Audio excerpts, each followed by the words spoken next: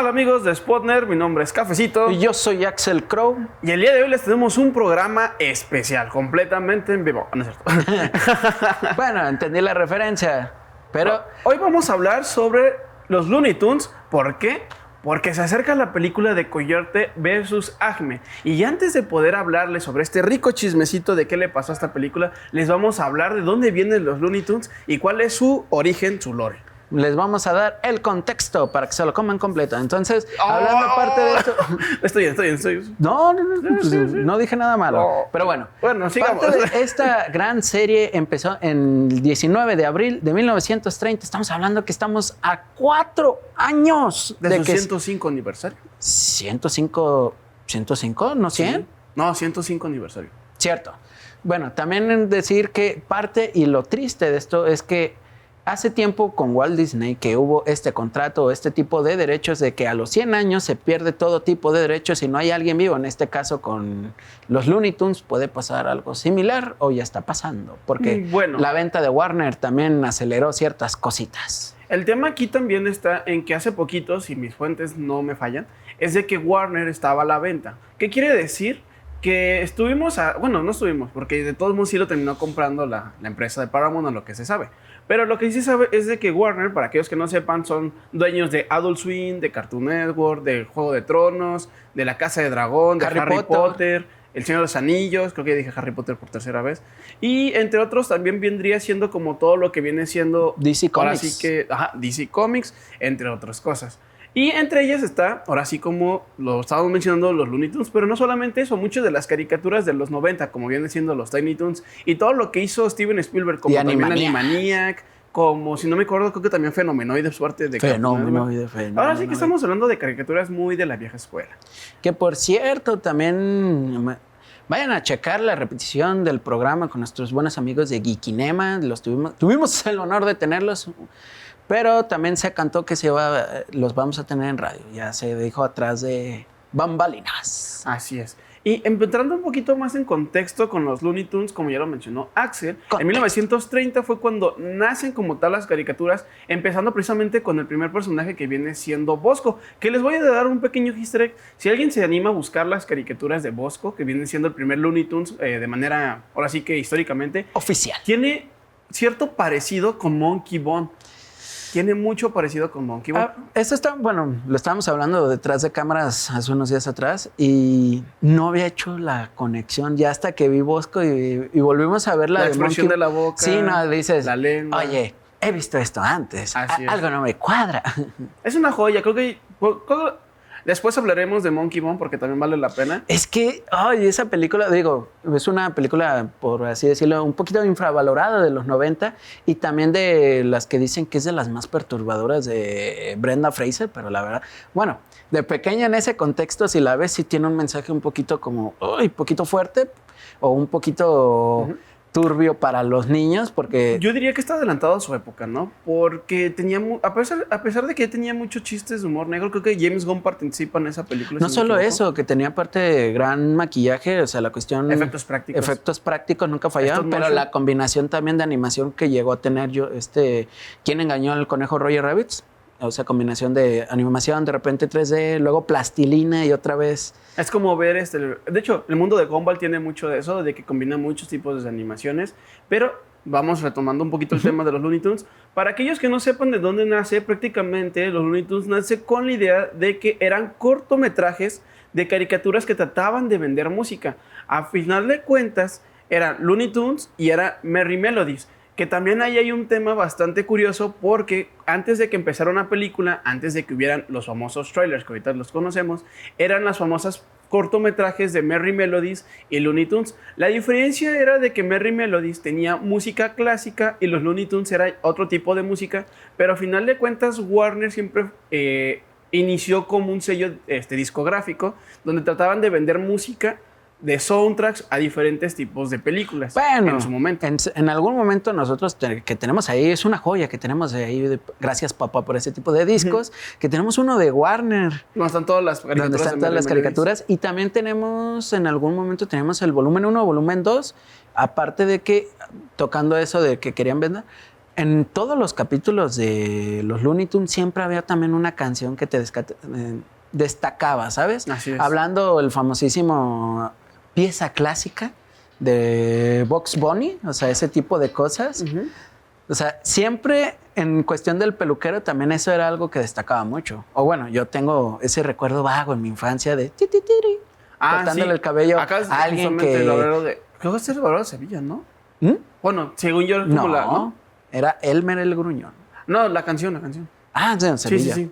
Pero lo que menciona justamente Axel, el tema es de que si se fijan, cada episodio de los Looney Tunes siempre tiene una canción, siempre es muy melódico. A lo mejor por eso también cierta generación, no digo que sea yo Tuvimos un único una gran base de gustos exquisitos en cuestión de música clásica y uno que otro gusto en el rock. Exactamente, creo que el hecho de que los Looney Tunes tuvieran como del trasfondo la música, creo que también era algo que sin que nosotros nos diéramos cuenta, nos fue ahí dejando un poquito esa marca, ¿no? Lo hemos mencionado mucho también en nuestro programa de Exponer en Jalisco Radio, que solemos meter muchas canciones de juegos, porque casi siempre, al menos tú y yo, nos fijamos más en el soundtrack. Pues un ejemplo claro, lo hablamos, se mencionó el juego la semana pasada en el programa. El FIFA 2007 tiene muchas canciones que cuando tú lo jugabas, hoy en día si los vuelves a jugar, son playlists que tienes en tu teléfono. En tu teléfono, o sea, simplemente ahí recordar un Plastilina Mosh, Peligroso Pop, de repente o Kane, o también recordar, ¿qué otro grupo se me está? Kinky también llegó a estar ahí en su momento, ¿en dónde Así están? es. ¿A dónde van? Pero antes de que se nos acabe el tiempo, vamos a platicarles un poquito de lo que pasó con Coyote versus Acme, que prácticamente esta película ya se había terminado, ya se había realizado, ya había estado hasta con las pruebas de audiencia. El tema fue de que en aquel entonces Warner estaba pasando por un tema bastante económico fuerte y en vez de vender empezaban a querer reducir impuestos. ¿Qué pasó? Que la película de Coyote vs. Acme decidieron mandarla a guardar para precisamente no perder este dinero, según ellos, tomando en cuenta, según mis fuentes, y lo digo así, la película se hizo con 80 mil, creo que sí, $80,000, que se me hace poquito, creo que $80 millones. El tema es de que invertirle más en publicidad era algo que no quería Warner prácticamente gastar, porque eso también conllevaba a también cuando hablamos en cuestiones de una gran empresa está en números rojos, que es preocupante porque Warner ha sido gran parte de distribuidor de grandes películas, franquicias ganadoras de varios premios, y que de la nada un día te digan estamos en números rojos, no podemos, una de nuestras franquicias más poderosas y fuertes llegadas a las familias, no les podemos meter publicidad, ya dice que estamos mal en casa. O sea. Y aparte, tomando en cuenta que los Looney Tunes es su mayor sello de Warner Bros. Algo que hay que mencionar también aquí es de que la película de Coyote vs. Acme, si se salvó, fue prácticamente por los fanáticos.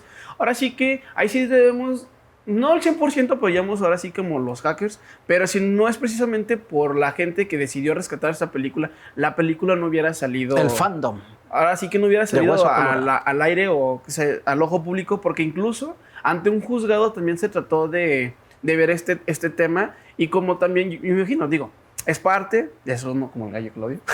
Aparte de que la película, creo que los personajes son parte de una cultura muy colectiva, también el juzgado fue así como de, no, esta película sí hay que rescatarla. Es que, estamos hablando que ha estado en cuestiones de décadas, años, yo creo que más de tanto papás o hasta dirían abuelos, crecieron con los Looney Tunes. O sea, estamos hablando de que casi cumplen 100 años. ¿Cuántas generaciones no tienen ahí para que nos salvaran? Los de los 90 recuerdan mucho en su momento lo que fue Animania, los Tiny Toons, que también, luego en otro, si nos da el tiempo, hablaremos de los juegos, porque también en cuestión de juegos fueron precursores de horas y que los Tiny Toons es un diversión. spin-off de los Looney Tunes. Y también hay otra cosa que hay que mencionar. Para el Coyote, que viene siendo su nombre original, Fast and Furious, que suena como Rápido y Furioso, prácticamente había una regla de oro que habían hecho, que era el coyote no puede ser lastimado por nada que no sea por productos Acme. Y precisamente basado en esa primera regla y única regla de oro, que es del coyote, nace esta película. Que también esta dupla del coyote y el correcaminos nace de la idea precisamente de ser una parodia al Tom y Jerry y otras caricaturas que eran prácticamente ser ¿cómo se dice? De persecuciones entre rivales. Pero, ¿saben? Seguiremos con este tema después de esta pequeña pausa. Yo sé que está muy interesante, pero regresamos. Lo dejaremos para después.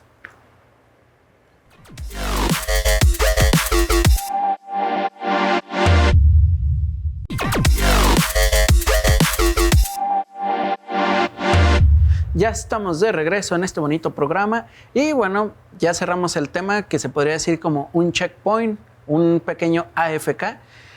Ahora vamos a empezar con un tema muy importante. Hace un programa de radios atrás lo mencionamos que fue el aniversario, o va a ser el aniversario 25 de El Buen Atlantis. Vamos a dejar el tema de los Looney Tunes para otro programa, ya que tenemos ahí algunos datos de videojuegos y quisiéramos unir todo eso, pero este tema también lo queremos sacar porque lo tenemos atorado.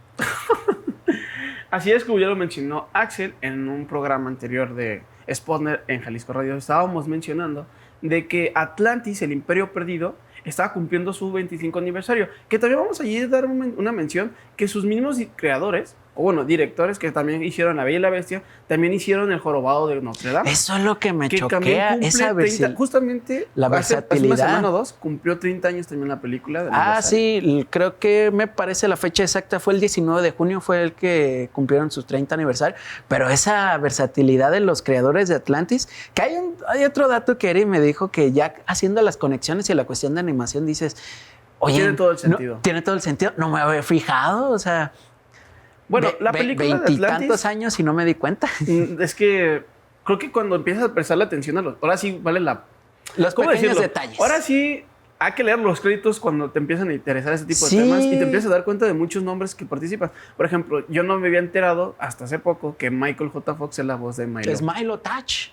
Así es. Y en español latino es el Pepe Toño Macías. Pepe Toño Macías, o también conocido como el Guajolote Macías. Guajolote Macías.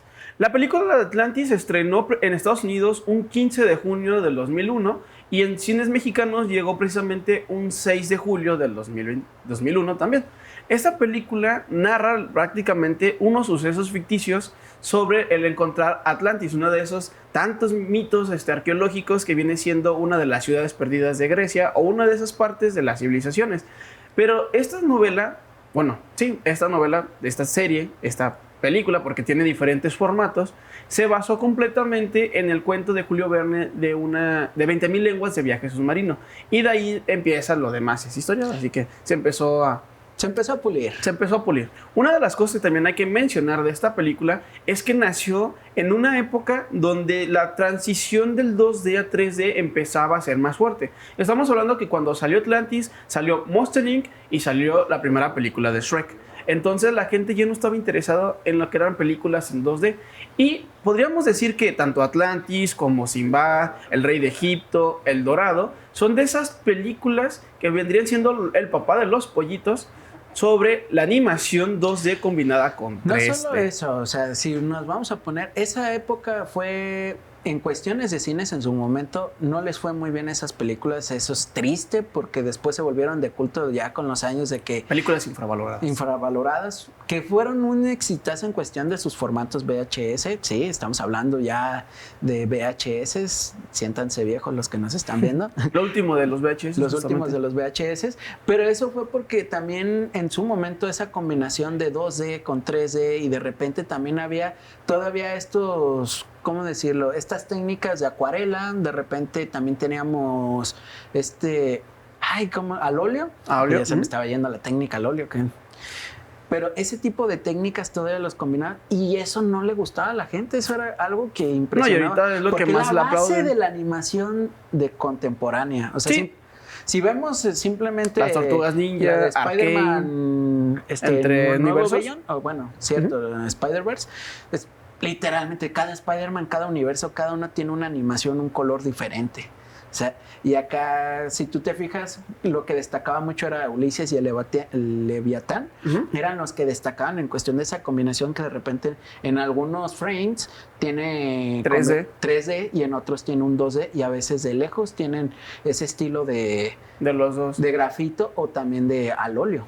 Bueno, si ustedes ven la película de Atlantis, que es un buen momento para recordarla, justamente hay escenas que puedes identificar bastante bien el 3D, que lo usaron más que nada para las escenas de acción, como ya lo mencionó Axel, los submarinos y eso. Y algo que ya lo estaba mencionando Axel, que hay que mencionar, es que esta película tiene totalmente la participación y la inspiración del estilo de dibujo de Mike Mongal, que viene siendo el creador de Hellboy, y que, se nota cada vez más en los trazos, porque si se fijan en la película de Atlantis, tiene animaciones cuadradas. ¿Cómo dibujan a Milo Touch? Los dedos es algo característico del autor, que siempre sus dedos son como cuadrados. Y si ven los cómics de Hellboy, precisamente de Mike, que por cierto, ahí hay un documental donde hicieron la película de Hellboy, también sale el buen Guillermo del Toro. No. Se muestra mucho cómo es el estilo de sombras muy marcadas, colores oscuros. Ahora sí, como los contornos muy gruesos, tipo muy caricatura americana, a comparación de lo que vendría siendo el anime. Ahora sí que Mike Mongal fue completamente la inspiración para las películas de Atlantis. Y digo películas porque también se tenía pensado hacer una segunda película, pero como Atlantis no tuvo la recaudación que se le consideraría exitoso, que fueron 180 millones. ¿Mande? Sí tuvo una segunda película años después que nada que ver. Se considera película cierto. Porque supone que Disney tenía ya todo un proyecto con Atlantis. Se canceló una atracción de Disneylandia que era con un submarino. Incluso Atlantis tuvo un piloto de serie, pero esos capítulos se le consideran como la segunda película porque tiene ahora sí que toda esa producción y toda esa historia que querían para la segunda. Que por cierto hay un rumor muy fuerte que dice que posiblemente por el aniversario pueden estar produciendo ahora sí oficialmente una segunda película. Incluso hay una versión de novela gráfica que tiene, creo que parte de la historia de cómo encuentran el diario del pastor, que está muy interesante, precisamente hecha por Mike Mongal. Ahora que recuerdo, también parte de cómo expanden la historia es en el juego, ¿no? Para todos también eso lo hemos estado streameando en nuestras redes, creo que en TikTok. En TikTok últimamente lo streameamos hace tiempo porque ya lo pasó el buen joven Eric, pero en su momento el lore también de la película se expande en el videojuego. Así es. De hecho, te cuentan más a detalle sucesos que en la película lo ves así muy instantáneo, o que te dicen pasó esto, o las cavernas, simplemente el transcurso de las cavernas, nomás vemos fragmentos de cuando pasaron, cuando Milo está congelando, si nomás señala vete por allá, a la derecha.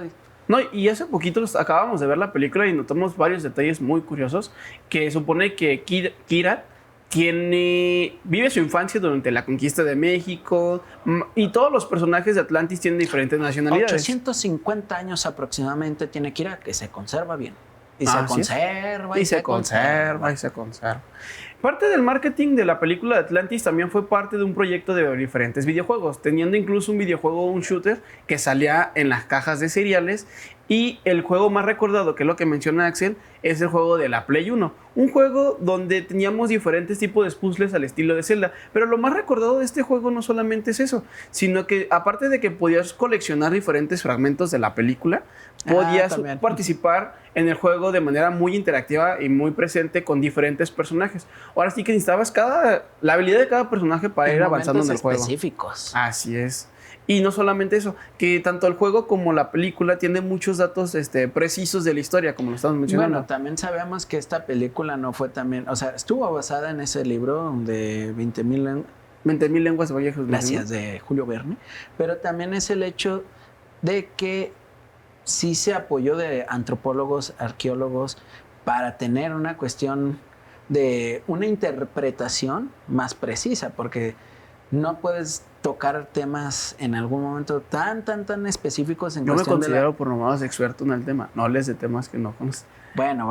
No sé si va la frase. Solo me refiero a que también tuvieron que cuidar todo eso. Y en el videojuego, yo creo que ahí sí ya dieron más datos, porque en la película así, por muy superficial se ven las tomas, como las nacionalidades de todos los compañeros. Yo no sabía que Milo Touch era alemán. Eso es un tema que, jugándolo, me di cuenta. Es que, bueno, en el juego se ve un poquito más claro si se animan a... Yo los invito a que se animen a jugarlo. En el juego tenemos los archivos de los personajes, que eso lo hace también muy, muy rico en comparación de la película, que a pesar de que sí salen los archivos, creo que el juego se da más la libertad de poderte dar como más a detalle y con, por así decirlo, Te especifica con lupa, más detalles. especifica varias cosas. Por ejemplo, como lo mencionabas, Milo, por su apellido Touch, es alemán. El abuelo, por el traje que tiene, se puede decir como de arqueólogo, Oficiales es muy de- tipo de Hungría. Aparte de que la película se basa antes de la Segunda Guerra Mundial. 1914 me parece que es la fecha de la Primera Guerra. Ajá. Entonces también estamos hablando de que en la misma película se menciona de cómo los británicos se robaban los tesoros arqueológicos. Incluso Milo en algún momento menciona que no quería entregarle el tesoro de Atlantis al Führer, que es como de... Casi Al Kaiser, menciona Kaiser. precisamente, y es como de, ok, ¿cuántos países están involucrados también? Porque incluso Mole es francés, Vini parece ser que es como asiático, No, entre varios- de Turquía. de Turquía, o sea, parecen que son varios personajes de diferentes nacionalidades y el juego lo presenta de manera muy detallada. Pero bueno, ya tendremos después tiempo para hablar de estos temas de Con Atlantis. más exactitud, un poquito más de tiempo lo vamos a desmenuzar porque el juego tiene muchas cosas interesantes. Pero bueno, este fue todo por hoy. Diría también el buen... El buen Bugs Bunny y el buen Porky. Eso es todo, Eso es amigos. todo, amigos. No sé si eso está legal, pero... Por- Pero bueno, por si nos acaso vemos fue en otro otra persona. sábado de Spotner. Mi nombre es Cafecito. Yo soy Axel Crow y nos vemos en otro fin de semana, otro sábado.